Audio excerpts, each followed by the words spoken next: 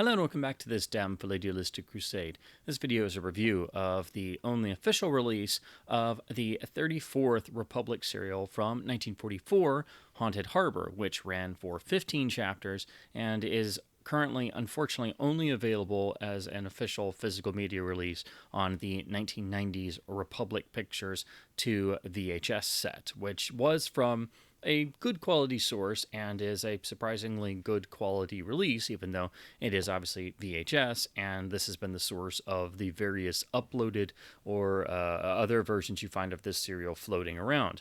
It's also known under its alternate title of Pirates Harbor, which is actually its reissue title, and the title you actually see on the credits of even the Republic release, as unfortunately most serials only exist with their titles for the reissue version. So most serials you'll see like the little the slight difference with the new title sort of put on the original credits, and that's what you see in this serial. So it is Haunted Harbor, but when you watch it and when you see it referred to some places, and on this release it'll be Pirates Harbor in the titles. Now this is a bit of an interesting serial because it's not only a wartime serial and ostensibly a seafaring or maritime serial, because our lead hero is a ship's captain, and we have a lot of adventures at sea, but it's also primarily a sort of jungle or island serial because of the primary location. So there's a bit of a couple different serial genres thrown in here, and the actual start, the genesis of the plot, it does have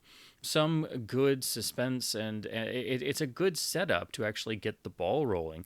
That plot revolves around Sea Captain Jim Marsden, who, after a rather nice opening sequence where he suffers a loss at sea and has to go back to town and deal with his creditor to try and rebuild his sort of mini shipping service, finds that he has arrived just after his creditor he's not a big fan of has actually been murdered by persons unbeknownst to him, and he is now the chief suspect and convicted of the murder, and with the help of some friends is able to enact a quick escape and head in the direction of a nearby island where the dying man's last words seem to have suggest would be the location and hiding place of the real murderer. So you have the hero trying to clear his name while also trying to assist his trader friend who helped spirit him away by running his operations there, which have been basically curtailed and threatened by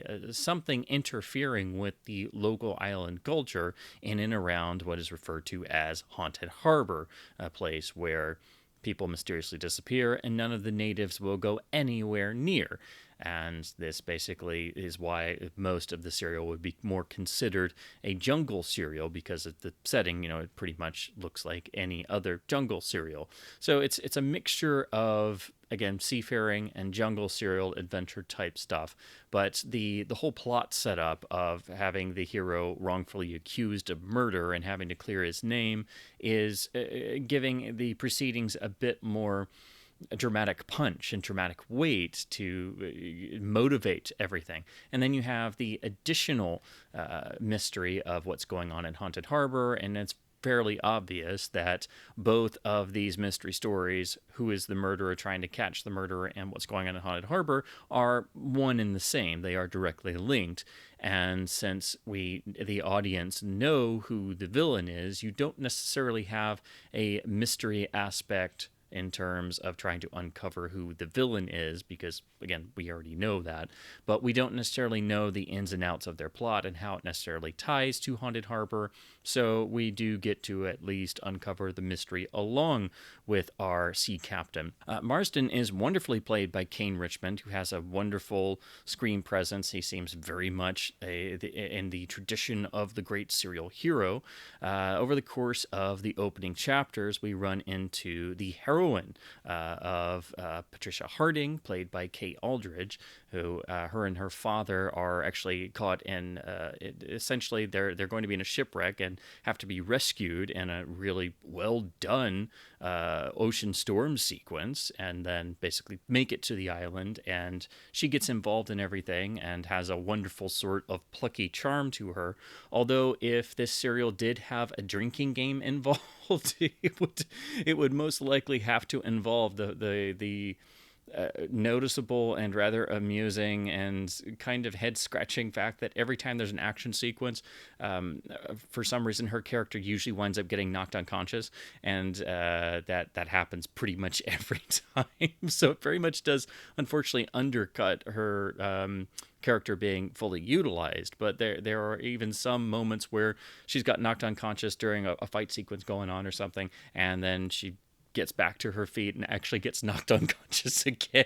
That was just that was too wonderfully amusing. So that's one of the sort of slights you could have against this particular serial. But she does get to actually participate in the action a little bit here and there, and again has this wonderful sort of plucky charm. And she did herself actually appear in several different serials. So this is a nice heroine in terms of good, effective serial female lead roles. It's just unfortunate that for whatever reason they thought she didn't need to be in the action sequences so much, and to just have her get knocked unconscious all the time. We also have the hero with a sort of side cast of supporting characters or sidekicks.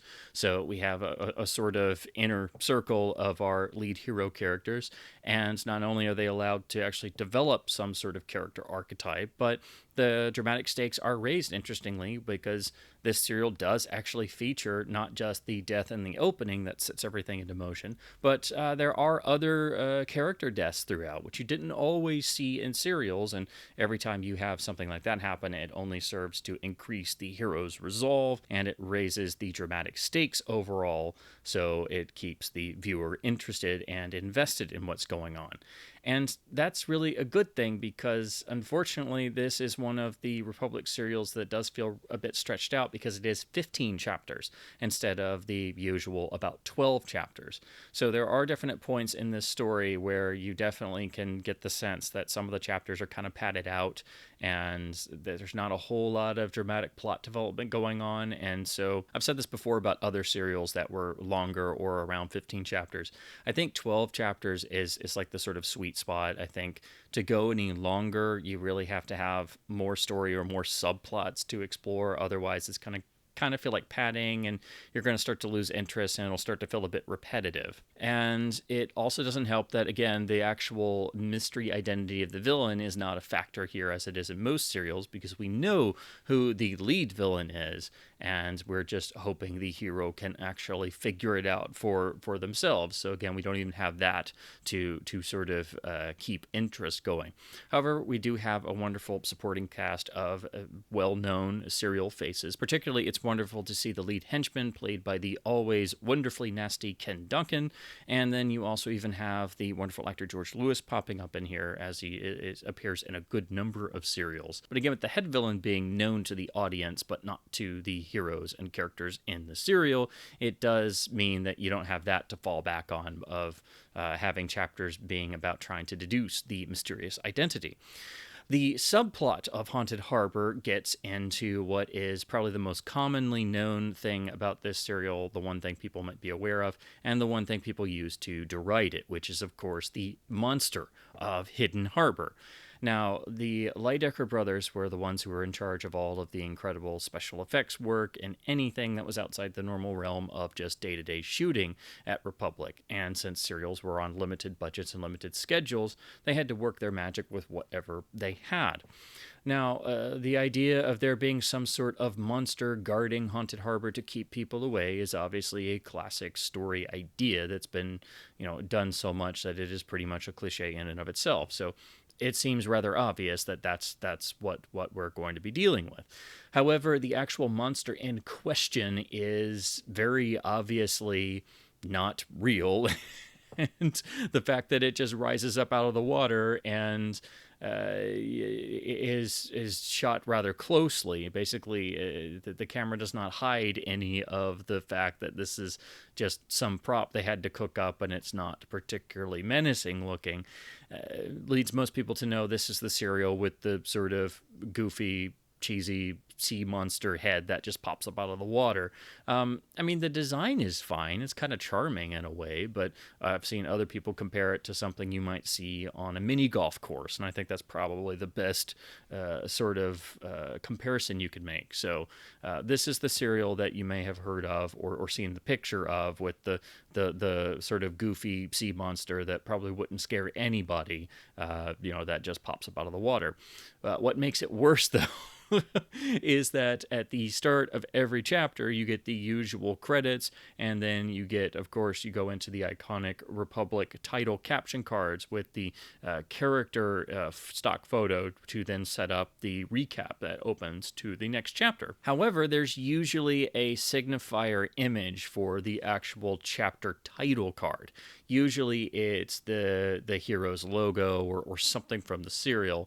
Well, here they actually use a shot of the monster head coming out of the water. So you will see this every chapter at the start, and it's actually moving. So you will see this every time and be reminded of it because it's right there at the start of the serial, and you don't actually see it in the serial until a couple chapters in. So even when it's not in that chapter and you're not thinking about it, you're going to think about it as soon as the chapter starts because you see it again for the chapter title card. So that's why most people kind of write this serial off, because it's the one with the sort of goofy sea monster head. But if you can overlook that when it does appear, the inherently goofy and obvious nature of the prop they had to come up with, everything else in this works, and the atmosphere is quite nice because we again have this sort of jungle atmosphere, and then you have nice bits of danger in some other chapters when our sea captain hero has to go back to the main city for supplies and things, where of course he's wanted for murder. So there's some interesting sort of different dramatic stakes going on here. And it does provide some nice atmosphere, and I think overall this is a really good serial because it's atypical in certain areas, and that sort of different quality is what makes this unique. Again, my only real issue, besides the inherent goofiness of the sea monster, which it's not that bad. It's not as bad as what people make it out to be. So don't let that deter you from seeing this. But it's really more that it's padded out to 15 chapters. I think that's what really is the biggest issue here, because there's going to be moments where especially when you get to the halfway point to the sort of, especially around the 3/4 mark, where they're having to come up with things and new sort of little subplots, I think, to then stretch it out to get to that 15 chapter length. But we still do have some good cliffhangers. So again, you should watch serials in at little blocks. You should never watch a serial all the way through at once because you'll drive yourself nuts. They're not designed to be seen that way. But as long as you stick to 1 or 2 chapters at a time, you'll be able to keep the sort of plot in your head when you come back to the next chapter, and you'll be able to watch it properly and get enjoyment out of it. But even then, this is one of those where you do want to at least pay attention a little bit more so your mind doesn't wander, because it is 15 chapters. And again, at a certain point, there are definitely moments where it would have been more dramatically effective, I think, to have the story a bit tighter and focused and have, more like a classic 12 chapter serial length. In terms of the cliffhangers, they are pretty good, and probably my favorite overall is a very sort of classical cliched idea, but it's really well done, where our hero has been set up to look as if he has betrayed the native tribes by inadvertently killing their chief, and so they have decided to do away with him, and they've basically tied him up, and he's basically placed over open flames and is going to essentially be roasted alive. So that's probably my favorite of the cliffhangers because it's rather effectively done. It's a classical sort of setup, and obviously you see that and you think of things like Han Solo being tied up to be roasted alive by the Ewoks in Return of the Jedi. So you can see very clearly where George Lucas and everybody else was inspired by Republic cliffhanger serials, even the lesser discussed ones like this one. So that's probably my favorite of the cliffhangers overall. But again, the fact that we do have some actual character deaths overall throughout the serial does keep at least some of the drama going and allows for the stakes to be raised at different points. So even though it's longer and it does meander a little bit, you do get your interest maintained if you stick with it. So while I think it should have been more focused and would have been better at 12 chapters, I still think this is a really effective serial. It was directed again by Spencer Gordon-Bennett, who is probably the king of the serial directors, and the action sequences and punch-ups are the other drinking game you could play is as soon as you see a room or any sort of set, at some point there's going to be a fight there and everything is going to be destroyed. And with Benet's other serials even, there's some degree of that, but here it's like on overdrive. It's so much so that there will be a fantastic punch-up that it basically destroys an entire storeroom of a general store. And by destroys, I mean everything. Nothing is spared. Tables, chairs, bottles, the shelves built into the wall, windows, everything is just smashed to pieces. And then they basically have to then rebuild that in another chapter. And then suddenly, it's going to get destroyed again because it's a central location. But anytime there's a fight sequence in this serial, wherever they are, it's just pure destruction.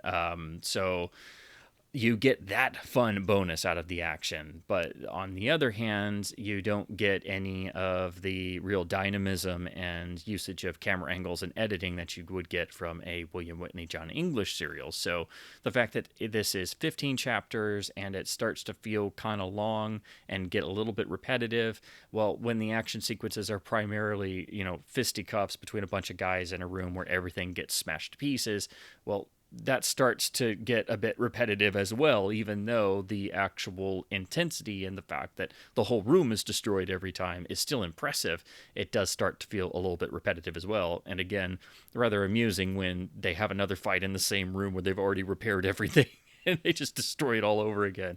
And again, as I mentioned before, when the heroine is around, she usually gets knocked out, sometimes multiple times during one of these. So you have those sort of slight amusing factors. But again, the real key to the action here, what you're going to take away from it, the most memorable part, is that every inanimate object anywhere near a fight scene in this serial gets obliterated. So you get your money's worth in terms of, balsa wood chairs being smashed and all kinds of set dressings being destroyed. So all in all, I think Haunted Harbor is actually a quite exceptional Republic serial, giving you a sort of mixture of a seafaring serial with a jungle adventure serial. Add in a really nice cast and some interesting raising of the dramatic stakes with the framed for murder plot along with the Haunted Harbor subplot, and again some character deaths and some left turns and twists in the plot that keep audience interest. And I think you have a really interesting serial that's a bit different from the usual sort of style.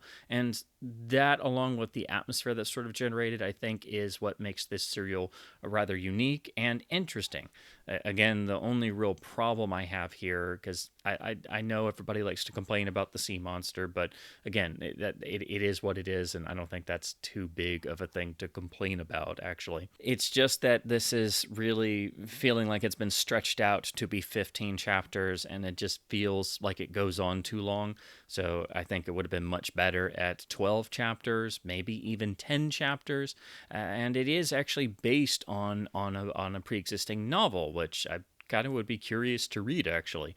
I'm sure Republic made many drastic changes, as they usually did in their adaptations. And I also, if I'm remembering it correctly, I believe this is apparently the last time Republic actually adapted a pre-existing source, like a novel, for one of their serials. So I guess this sort of marks a certain point at which they just sort of stopped doing adaptations. It's still a fun serial to watch, but it is one of those that, because it's longer, you do have to commit more to it, and you have to make sure that you go into the next chapter at a certain point, because otherwise you'll probably kind of forget some of the different things, because there's simply more chapters to go through. And again, you should definitely spread out any serial and watch it over a period of time. Now to talk about the unfortunately only official physical media release of this serial, which is the Republic Pictures home video official release on this dual VHS set in the same design that basically is slightly updated, but dating back to the 1980s VHS releases by Republic, and before them Nostalgia Merchant. So we have the slightly modernized approach. This is what you see on all of these 1990s editions with the new Republic banner. But here they've actually sort of made each one stand alone by actually not only putting the number of chapters, having unique art up from the actual serial itself, but then also, as you can see, differentiating that this one they refer to as 15 chapters of nautical terror, which just sounds wonderfully appealing. And then on the side, we again have a nice label, unique to the serial, that does still match with even the earlier ones. So if you had all of the Republic VHS releases on a shelf next to each other, even though they span from the 80s to the mid-90s, they actually still match, so they actually do go together. And by this point, this being 1993, we have updated artwork for the rear and the actual Republic logo, so this makes it actually look spiffier, and actually it makes you realize this is a later tape than the earlier 80s tapes that still looked more like a public domain releasing entity. We have the spiffier VHS tape labels that look fancier than earlier 1980s Republic tapes. And then here is cassette number 2. And then, of course, rather amusingly, they did actually depict the infamous not convincing sea monster on the front, although it's a little stylized. But on the back, you get to see the monster from the rear, so you have at least an idea of what this looks like. And then also nicely, they've included an image from my favorite Cliffhanger, where our hero is tied up essentially on his own funeral pyre, and there is seemingly no way out. Now, to talk about the actual quality of the presentation, this being a 1993 release from Republic, that means the quality overall is significantly improved over, say, The Masked Marvel, which dates back to a 1985 VHS release. This being part of the then sort of official Republic serials home video release program, these were all new masters done from the best surviving original elements, or that's what the claim was. So whether it was actually from negatives or things like that, I probably, they don't really seem to think so, but at least the best surviving vault prints they had got new transfers and for these standard def video releases, and some of these were released on Laserdisc, so you can find those with significantly better picture and audio quality on the LD releases, which are even less common than the VHS versions. However, Republic did not unfortunately release all of these on Laserdisc, so most, like Haunted Harbor, are only available on VHS tape. But that being said, the quality is so much improved over the 1980s tape releases. And additionally, these have hi-fi VHS sound, even though it's still mono.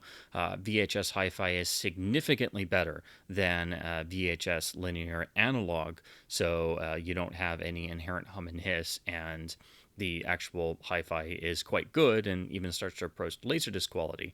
The overall presentation here looks quite good for a VHS tape. In fact, since I've seen some of the Republic serial Laserdiscs, this basically just looks like if you had a really soft Laserdisc. Obviously you're going to notice a giant difference between VHS and LD because the resolution is so much greater on Laserdisc. But when you have a really good looking VHS master that could have been released on Laserdisc, they just simply didn't make an LD for this serial, it starts to approach at least somewhat LD type quality. So this is a quite good looking VHS tape. Of course, you're going to get a little tiny bit of aliasing here and there, so that's to be expected, and obviously the resolution is much lower. However, it is significantly better in picture quality than the earlier 1980s Republic serial releases. So if you look at any Republic serial VHS release, the 1990s tapes, in terms of the ones branded with all the new logos and things, are going to look significantly better than the 1980s tapes. So as you see here, I have a 1985 release versus a early to mid 90s release, where the quality difference is very noticeable, even on a CRT television. Unfortunately, though, they're still working from the best sources they had. So as I said, this does carry the reissue title of Pirates Harbor on all the title cards. So don't let that fool you. That is simply just the reissue title, and that seems to be the element that survives. So unfortunately, we don't have the original title card, but everything else is still original.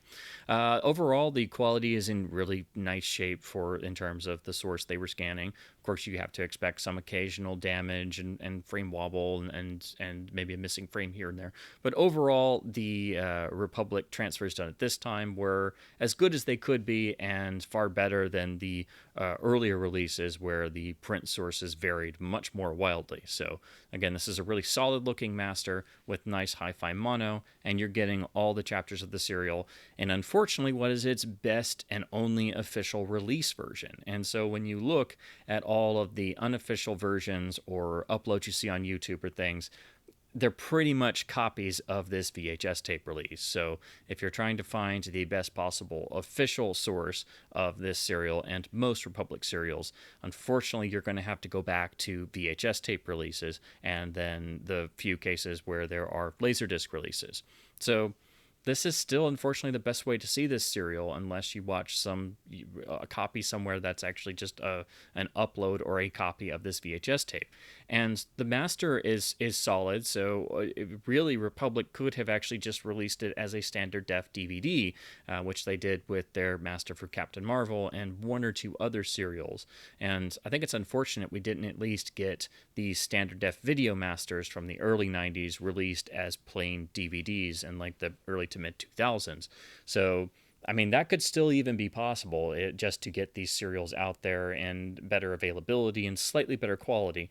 But this is such a nice atmospheric serial that all the Republic serials need a new restoration and modern HD or Blu-ray release. They need some type of preservation. But this one would really do well on Blu-ray, and I think people would definitely get a lot of enjoyment out of it because it has a lot of unique, sort of atypical aspects that you wouldn't expect to all find in one serial made during the wartime period of 1944. So ultimately, I think this is a really solid VHS tape release, but unfortunately, it's the only way you can really enjoy this serial on an official release without just looking at some random upload on YouTube of varying quality or going into the world of fans trying to preserve serials themselves, or possible gray market releases or random versions you find in stores or on eBay. So as with most of these, I am trying to wait until I find the best official release to then view and review a serial. And unfortunately, most of the classic Republic serials, if there is an official release, the only one is a VHS edition. So those are my thoughts on Haunted Harbor in its VHS release from Republic Pictures Home Video.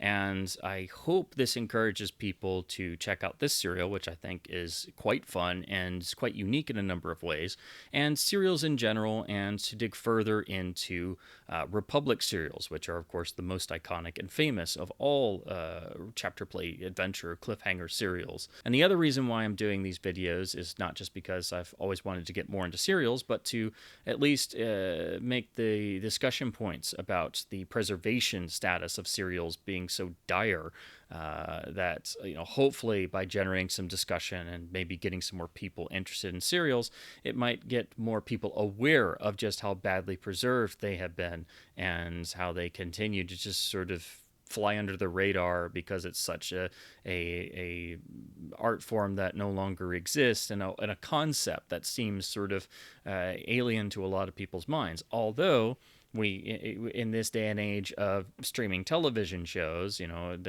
it's not so far-fetched anymore to have a story stretched out over many different chapters. And also, people should realize that without the adventure serial, and particularly without Republic serials most of all, the action sequence and action film as we know it really wouldn't exist, because the serials are what kind of took the action film and action sequence from its infancy and it really sort of helped to create the action film as we know it today. So these are such an important stepping stone. And even if it's a lesser serial or one you're maybe not as big of a fan, they still remain among the greatest action films ever made. And you certainly get your money's worth for action here, in addition to pretty much every bit of set dressing and inanimate object being absolutely destroyed in the process of every fight sequence. So this is a fun serial, and if you manage to find the Republic VHS release, it's a fun experience to watch all 15 chapters over 2 VHS tapes over a period of time. And of course, popping your tape out after 2 chapters and popping it back in the next night or the next week or however you want to do it. So there's also a sort of video nostalgia there for, since this is the only way to really experience it at home in as best quality as possible, to actually do it with the 2 VHS cassettes and watch a serial that way spread out over time is very much a throwback to an earlier time, and it's an experience that you don't really get anymore, obviously. So that was interesting to watch it this way. So as always, I hope my babblings about films, film culture, and the magic of adventure serials and Republic serials, and hopefully serials getting a better preservation status at some point, has been at least somewhat fun and informative. If you've seen this serial or any of this sounded at all remotely interesting, I would love to hear your thoughts in the comments section below. Again, this serial has a lot of really interesting, sort of unique elements that I think make it really recommendable, and I think people will have a lot of fun with this serial, in addition to sort of going along with some of the lesser elements. In particular, what everybody loves to poke fun at is the rather unfortunately goofy looking sea monster. So if that's sort of tickles your fancy, then you will obviously love this serial as well. So until next time and the next chapter of me looking at serials, please do keep supporting local stores wherever possible, and hopefully you can find some of these official, harder to find physical media releases of classic adventure serials. And as always, thank you ever so much for watching.